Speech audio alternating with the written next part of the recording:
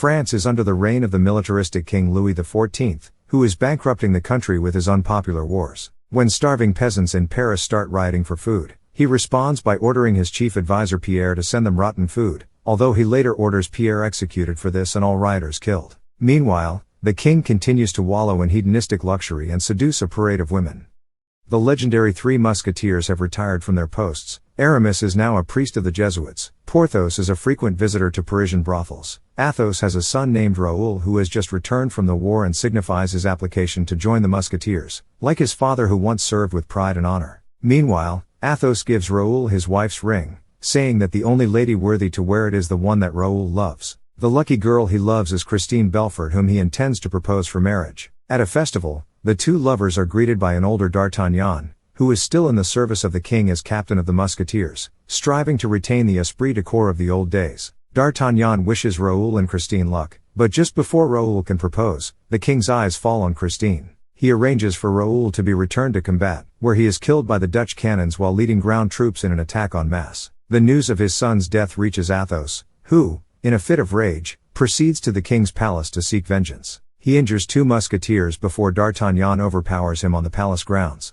This puts a severe strain on Athos's friendship with D'Artagnan, who he now sees as a traitor for siding with his son's killer. In the wake of Raoul's death, Louis invites Christine to the palace where she sleeps with him, grateful for the medical assistance his doctors have given to her mother and sister. When Louis orders Aramis to find and execute the secret leader of the Jesuit order, Aramis sets in motion a plot to overthrow the king with the help of his old comrades, for this secret leader is none other than Aramis himself. Only Athos and Porthos agree to the plan. D'Artagnan refuses to betray his oath of honor and allegiance to the king. The three former musketeers sneak into an island prison and arrange the escape of a mysterious prisoner, a man in an iron mask. They replace him with a corpse in a matching iron mask and, pretending it is plague-ridden, burn it so the guards will not know the face behind the iron mask. They take the young man to a safe house in the countryside and unmask him. He is Philippe, the identical twin of King Louis. While he is identical to his brother, Philippe is compassionate and gentle. Aramis reveals that Philippe was sent away by his father, King Louis XIII,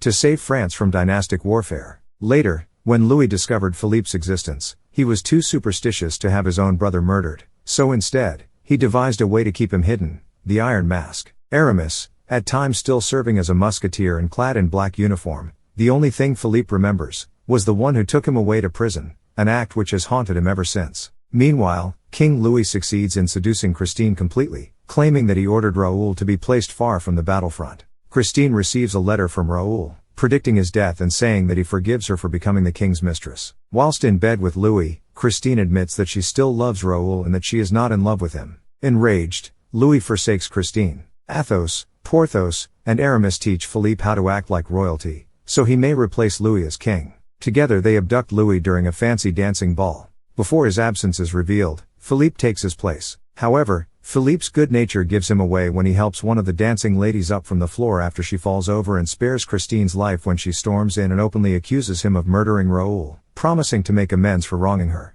D'Artagnan realizes something is amiss, orders all palace musketeers to be on full alert, and personally escorts Philippe to the underground dock. They arrive just as Athos, Porthos, and Aramis are about to sail for the Bastille with Louis. The men collectively decide to make a trade for the lives of Louise and Philippe. Philippe is recaptured in the ensuing chaos of their escape. Afterwards, D'Artagnan is stunned to learn that Philippe is Louis' brother and pleads with Louis to spare his life, joined by the twins' mother, who Louis is furious and upset to see had known about the plot. Louis at first refuses, but Philippe unexpectedly speaks up and says that he is more terrified of the Iron Mask than death itself, begging to be executed rather than sent back to prison. Louis, hardened in his anger against all three of them, orders him placed in the Bastille and once again in the mask. In the aftermath, Christine is found to have hanged herself from her bedroom window. Athos, Porthos, and Aramis brush off their old musketeer uniforms, becoming the Three Musketeers again and, with D'Artagnan's help, break into the Bastille prison and escape with Philippe.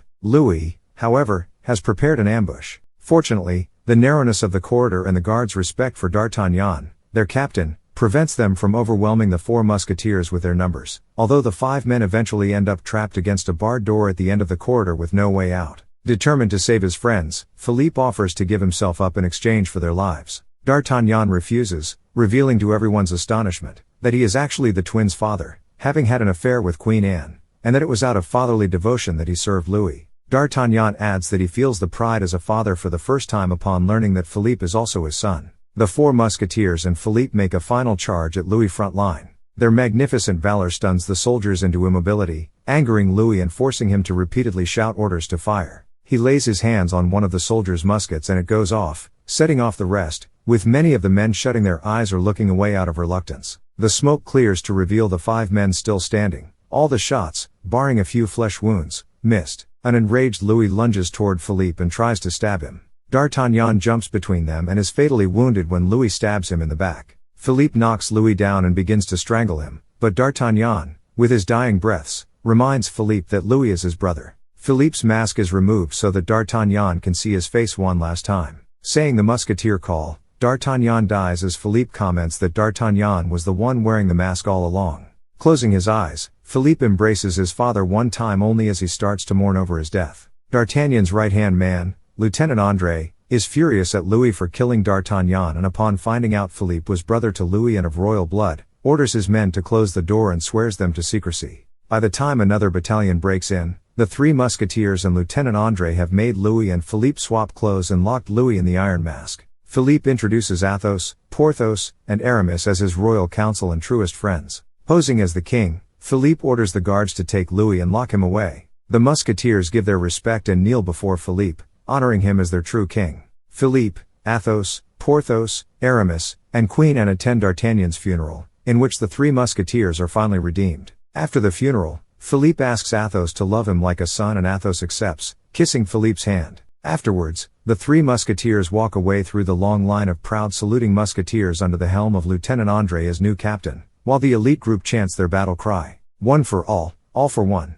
Louis, whom Philippe granted royal pardon being his brother, now lives in the country, where he is often visited by his mother. Thereafter, France was reformed under Philippe, who gave his people food, prosperity, and peace. He is remembered as the greatest ruler in the history of his nation. Leave a like if you enjoy the video, and subscribe for more videos like this.